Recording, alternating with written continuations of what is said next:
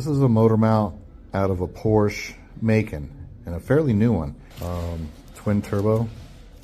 But as you can see, way down in here, this thing has come apart all the way around, and it just is flopping around in there. I mean, it's literally broke all the way around. This is pretty bad, actually. This thing here, you'll get a lot of vibration throughout the car. Here's the other side, and it too, as you can see, is just flat broken too. They're actually literally broken in two pieces, and this isn't supposed to move like that at all. You can kind of test these by maybe power braking the car, opening the hood, and you watch the engine. If the engine jumps up and down more than a quarter of an inch on either side, then that mount's generally going to be pretty bad.